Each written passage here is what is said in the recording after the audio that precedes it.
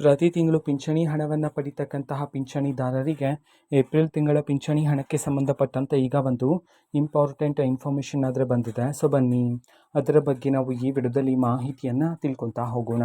So ವಿಡಿಯೋವನ್ನು start ಮಾಡ್ತೀನಿ. ಅದಕ್ಕಿಂತ ಮೊದಲು ನೀವಿನ್ನೂ ನಮ್ಮ ಚಾನೆಲ್ಗೆ ಸಬ್ಸ್ಕ್ರೈಬ್ ಮಾಡದೇ ಇದ್ರೆ ಈ ಕೂಡಲೇ ಚಾನೆಲ್ಗೆ ಸಬ್ಸ್ಕ್ರೈಬ್ ಮಾಡ್ಕೊಳ್ಳಿ ಮತ್ತು ಲೈಕ್ ಮಾಡಿ.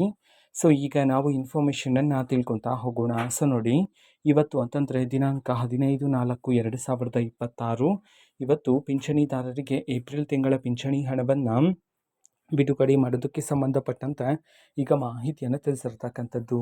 ಯಾವ ಜಿಲ್ಲೆಗಳಲ್ಲಿನ ಪಿಂಚಣಿದಾರರಿಗೆ ಇವತ್ತು ಏಪ್ರಿಲ್ ತಿಂಗಳ ಪಿಂಚಣಿ ಹಣವನ್ನು ಬಿಡುಗಡೆ ಮಾಡಲಾಗ್ತದೆ. ಈ ಒಂದು ಇನ್ಫಾರ್ಮೇಷನನ್ನು ನಾವು ತಿಳ್ಕೊಳೋದಾದರೆ ಇವತ್ತು ಕರ್ನಾಟಕದಲ್ಲಿರ್ತಕ್ಕಂತಹ 31 ಜಿಲ್ಲೆಗಳಲ್ಲಿನ ಪಿಂಚಣಿದಾರರಲ್ಲಿ ಯಾರಾದರೂ ಖಾತೆಗೆ ಇನ್ನೂ ಸಹ ಏಪ್ರಿಲ್ ತಿಂಗಳ ಪಿಂಚಣಿ ಹಣ ಬಂದಿಲ್ಲ ಅಂತಂದರೆ ಸೊ ಅವರಲ್ಲಿ ಕೆಲವರ ಖಾತೆಗೆ ಇವತ್ತು ಏಪ್ರಿಲ್ ತಿಂಗಳ ಪಿಂಚಣಿ ಹಣವನ್ನು ಬಿಡುಗಡೆ ಮಾಡೋದಕ್ಕೆ ಸಂಬಂಧಪಟ್ಟಂತೆ ಈಗ ಮಾಹಿತಿಯನ್ನು ತಿಳಿಸಿರ್ತಕ್ಕಂಥದ್ದು.